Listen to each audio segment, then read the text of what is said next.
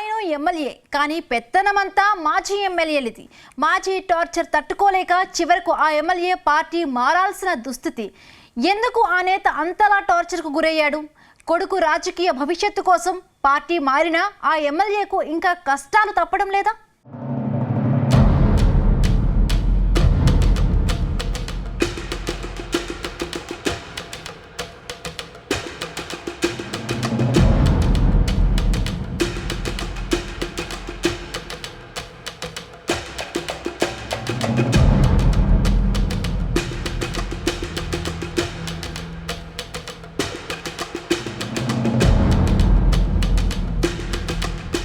కామారెడ్డి జిల్లా బాన్సువాడ ఎమ్మెల్యే మాజీ speaker Pocharam Srinivasa Reddy BRS పార్టీలో ఓ వెలుగు వెలిగారు.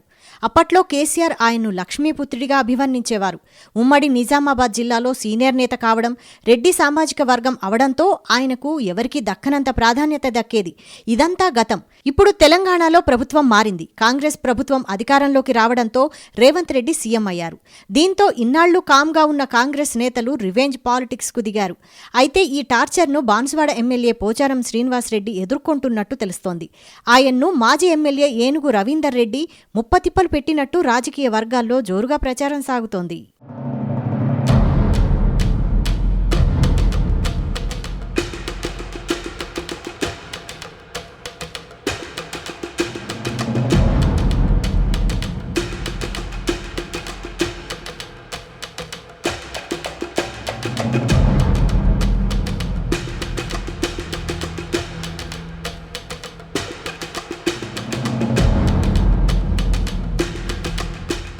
గతేడాది తెలంగాణ అసెంబ్లీకి జరిగిన ఎన్నికల్లో బాన్సువాడ నుంచి పోటీ చేసి ఓడిపోయిన మాజీ ఎమ్మెల్యే ఏనుగు రవీందర్ రెడ్డి పోచారం శ్రీనివాసరెడ్డికి చుక్కలు చూపించాడట.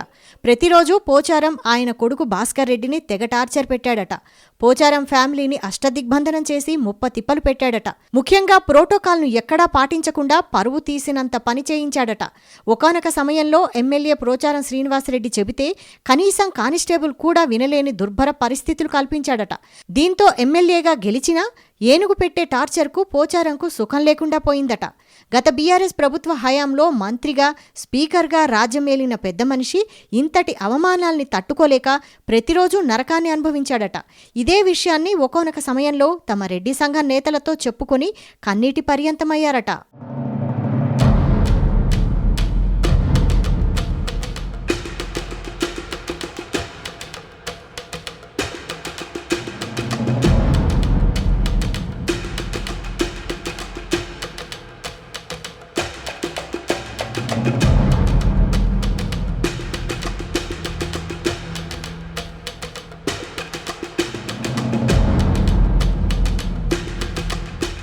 ఇక తెలంగాణలో బీఆర్ఎస్కు రాజకీయ భవిష్యత్తు కనిపించడం లేదు. రాష్ట్రంలో కారు పార్టీ తిరిగి పుంజుకునేలా కనిపించడం లేదు. గెలిచిన ఎమ్మెల్యేలు సైతం తమదారి తాము చూసుకుంటున్నారు. ఈ సమయంలో పార్టీలో ఉంటూ ఈ టార్చర్ అనుభవించడం అవసరమా అనే ఆలోచనకు వచ్చారట. రాజకీయాల నుంచి ఎలాగూ రిటైర్మెంట్ తీసుకోవాల్సిన సమయం వచ్చేసింది. తన వారసుడు పోచారం భాస్కర్ రెడ్డి రాజకీయ భవిష్యత్తు అగమ్య గోచరంగా మారింది. ఇక్కడ ఏనుగు రవీందర్ రెడ్డి పెట్టని తిప్పలు లేవు, చూపని నరకయాతన లేదు. దినదిన గండం నూరేళ్ల ఆయుష్. ఎలాగా బతికేది? రాజకీయంగా ఇంకెంతకాలం ఈ నరకయాతన అని ఆలోచిస్తున్న సమయంలో రెడ్డి లాబీయింగ్ పోచారం అండ్ సన్ను కాపాడిందని జోరుగా ప్రచారం జరుగుతోంది.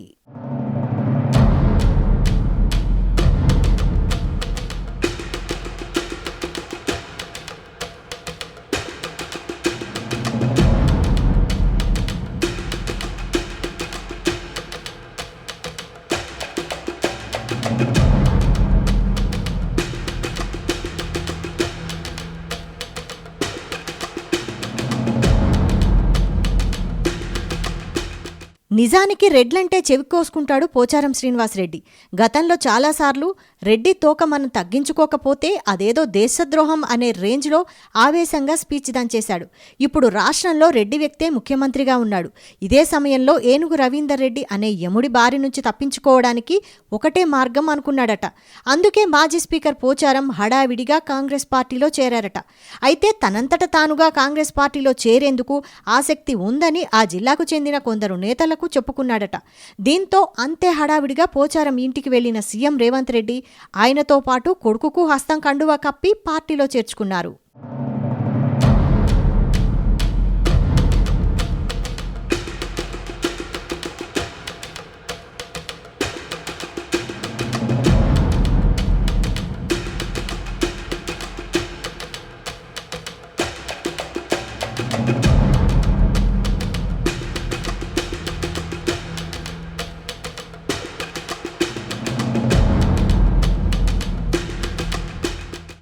నిజంగా పోచారం శ్రీనివాస్ రెడ్డి పార్టీ అయితే మారారు కానీ ఏనుగు రవీందర్ రెడ్డి టార్చర్ నుంచి తప్పించుకోలేరని ఆయన అనుచరులు చెప్పుకుంటున్నారట. అయితే పోచారం చేరికతోనే ఇద్దరి నేతల మధ్య గొడవకు తెరపడిందని పోచారం అనుచరులు చెప్పుకుంటున్నారు. చూడాలి మరి రానున్న రోజుల్లో పోచారం ఏనుగు రవీందర్ రెడ్డి ఎపిసోడ్కు సీఎం రేవంత్ రెడ్డి ఎలా ముగింపు పలుకుతారో.